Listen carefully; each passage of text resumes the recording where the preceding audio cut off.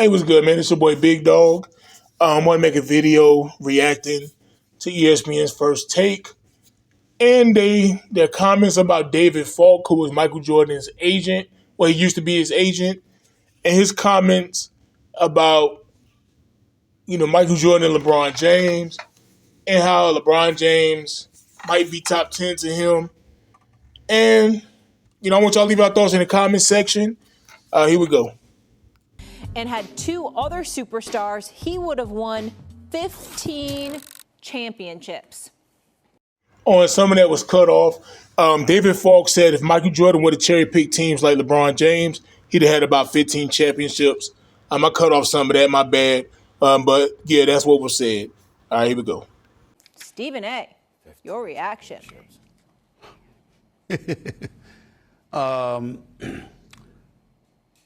He was at a business conference, but obviously the cameras are rolling, microphones are on. I think it was an unnecessary shot at LeBron James. And I also think that it was a bit excessive because LeBron James is one of the top 2 or 3 players in the history of basketball. You have a LeBron James as the top 2 player, that is an opinion. Everybody don't have to have that same opinion. See, that's the issue. Like, people not mad that you believe that, but that's an opinion. And for you to say, David Falk's comments were excessive, I don't remember hearing you saying that about Rich Paul and Shannon Sharp and all these guys when it comes to Kobe Bryant. But let's keep going. When people bring up top 5, top 10, now you are getting insulting. Bro, how's that insulting? There was a lot of great players that played in the NBA, right? It wasn't only just Michael Jordan and LeBron James. You had Kareem Abdul-Jabbar, you had Larry Bird, you had Magic Johnson, you had Wilt Chamberlain, you had Kobe Bryant, Tim Duncan, Shaquille O'Neal. Why is it so insulting? Bill Russell? Like, come on, man. Olajuwon? It's not insulting for LeBron not to be top 5, bro. There were a lot of great players that deserve to be ranked that high. There are not 3 players, 4 players in NBA history better than LeBron James. That is a lie, okay? And David Falk knows that. Having said that, he ain't lying about the comparison to Jordan. If Jordan had picked to assemble a super team, you damn right he would have won about 10 titles, if not more. That's absolutely true.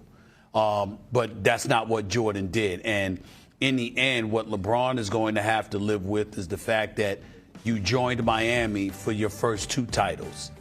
You went back to Cleveland, but there was Kyrie Irving, and the team was compelled to acquire Kevin Love, which obviously helped you. And then when you went to Los Angeles, you obviously got Anthony Davis.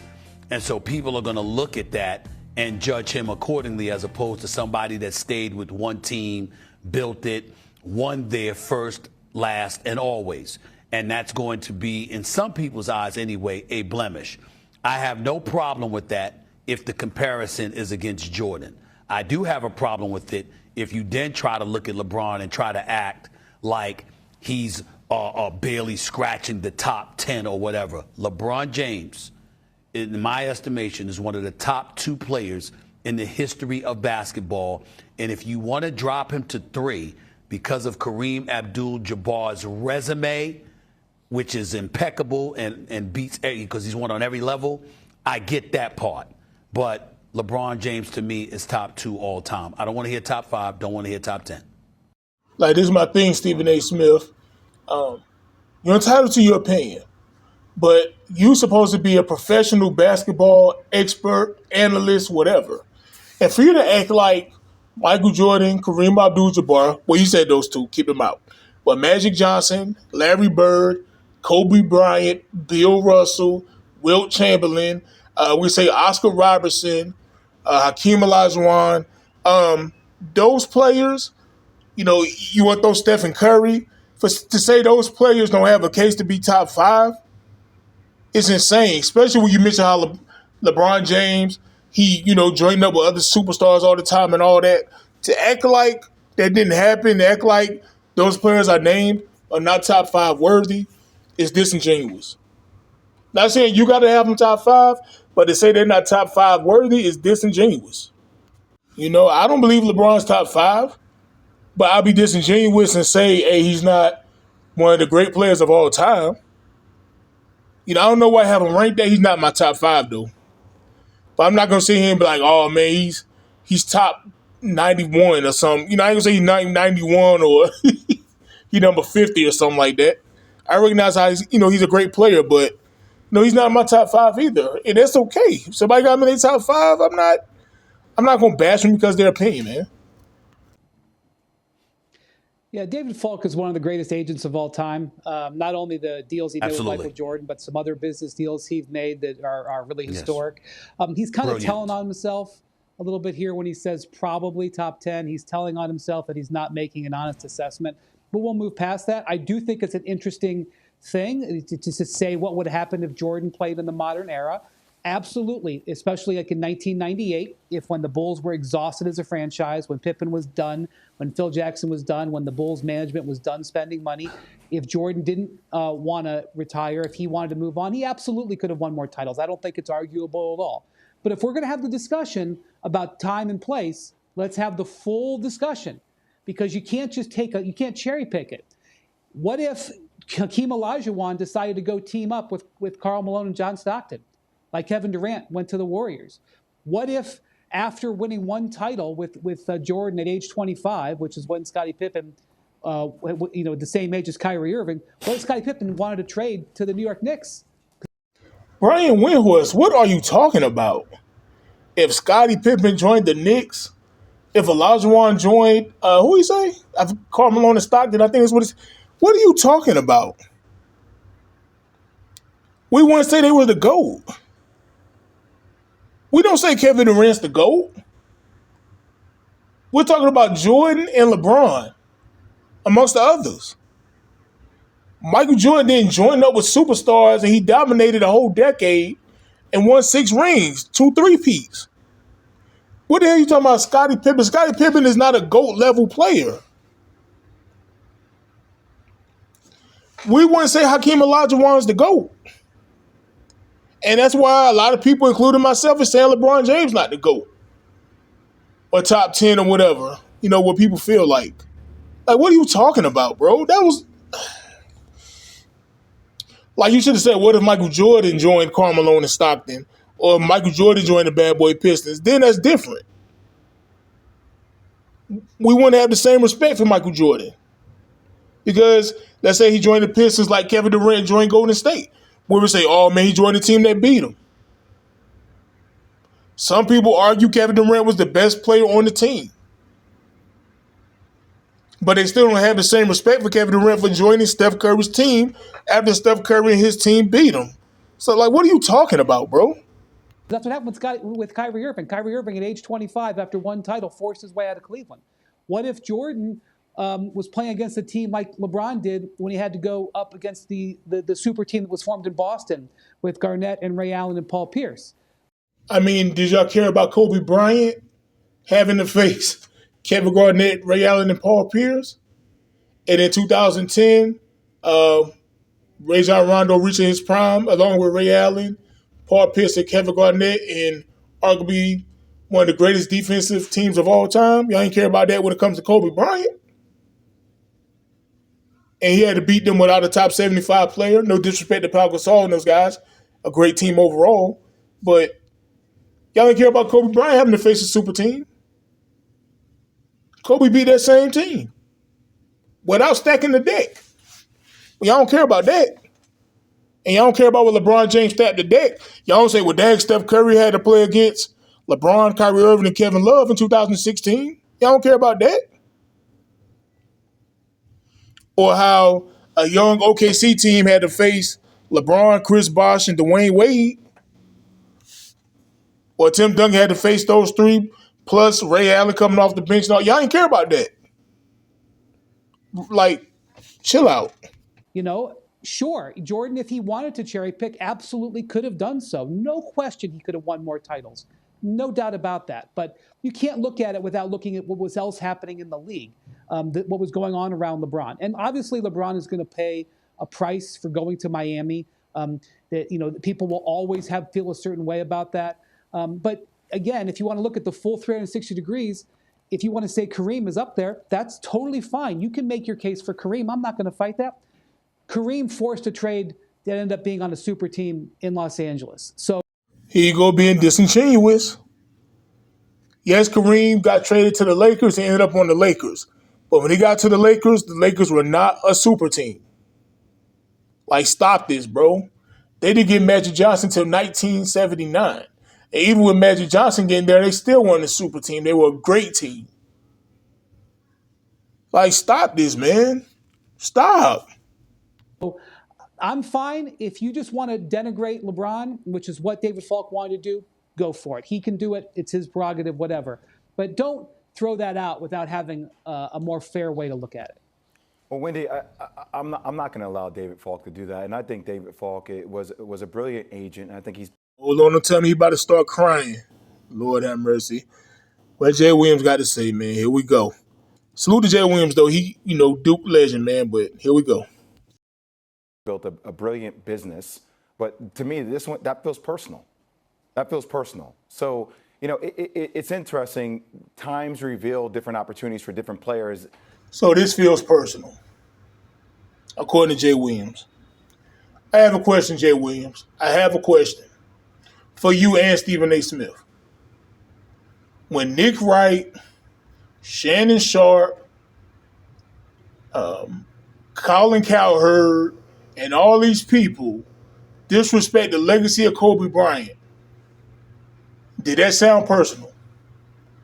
When Rich Paul went on a tour to downplay Kobe Bryant and his accomplishments and everything, did that sound personal? Every time a former NBA player or anybody else that gets asked about, the GOAT or whatever, or they talk about basketball, who's the greatest, and they mention Kobe Bryant and Stephen A. Smith and Shannon Sharp the next day on ESPN First Take talk about how pretty much that opinion is dumb. They don't say it in those words, but they pretty much say it's dumb. Is that personal? It's like they can't believe Kobe Bryant is in the conversation. And every time somebody mentions Kobe Bryant, they get attacked. Is that personal? Like, come on, man. And LeBron James was very fortunate with the time that he played in that Michael Jordan opened these doors, because Michael Jordan was a free agent twice in his career, right? These were longer term deals that these guys had back then. And then Michael decided to sign a series of 1-year deals, right? But also, when you look back on it, Michael Jordan had one of the greatest coaches of all time in Phil Jackson. He had a great front office that helped him in drafting Scottie Pippen and other players that helped him win championships.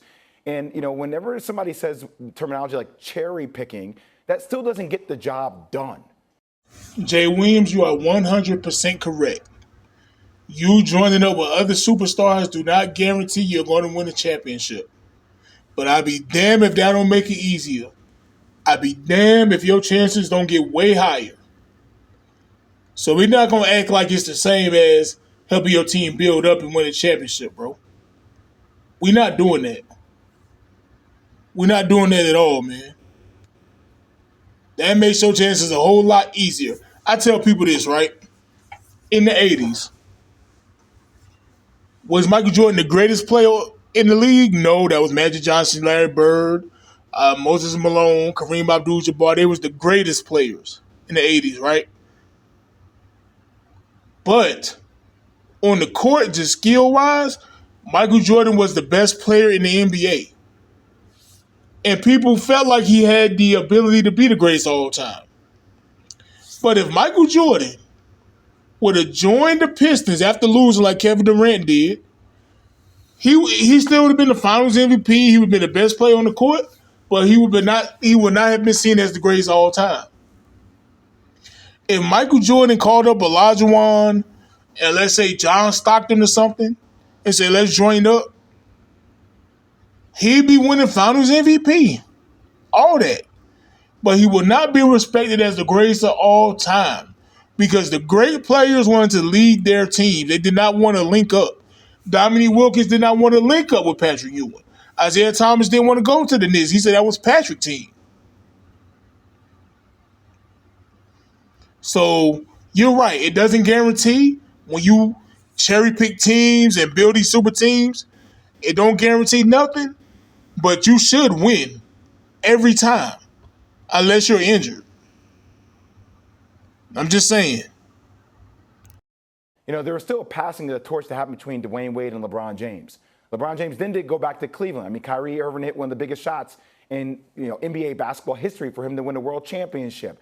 Then obviously going to LA, winning the game in the bubble. So like all of a sudden, it just diminishes the leadership. It diminishes the adaptability. It diminishes the greatness overall when you just speak flippantly about a player that is one of the best to ever. CJ, you're saying that diminishes his leadership. No.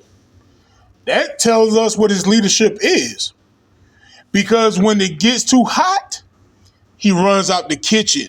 He said, I'm going to leave my restaurant, that kitchen in my restaurant too hot, even though we won 66 games and 61 games. I'm going to go to Dwayne Wade restaurant. I'm going to go to Cleveland. Hey, I'm the greatest chef of all time, but I'm going to go join, say, Gordon Ramsay and Wolfgang Puck, two other legendary chefs, and have them all in my restaurant. Or I'm going to go to their restaurant, and then I'm going to say I'm the greatest chef of all time. No. No. That don't show leadership because you hop team to team and create super teams, bro. That means your leadership ain't all that. Because you couldn't lead your team. My bad about the phone. I'm at work, and people calling me while I'm at work, not doing work. Dang. But let's keep going.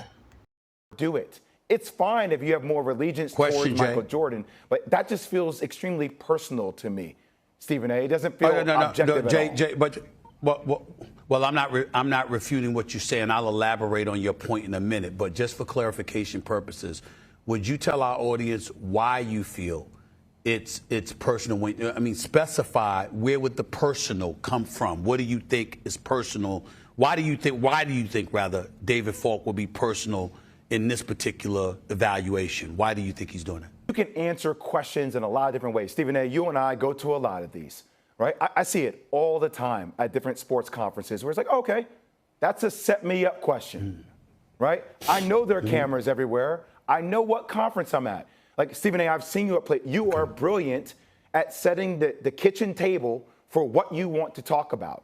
So for me, that seems premeditated.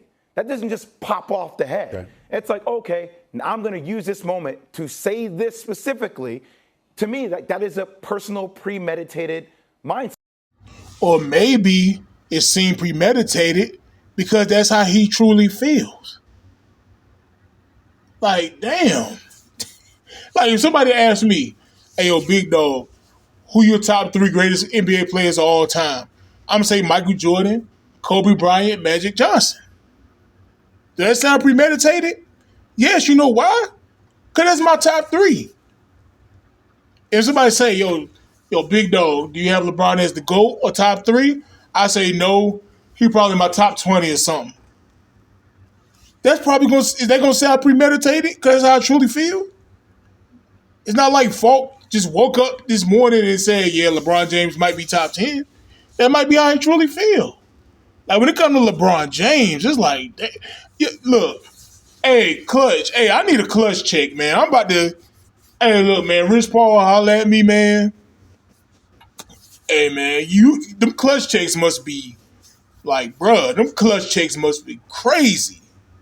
Because there ain't no way y'all really feel this way about LeBron James. Y'all get on here crying and trying to baby him and burp him and all that and wash his drawers. Ain't no way, like, bro, look, man, I ain't finna watch your damn drawers now. But, hey, give me a clutch check. I get on here capping too.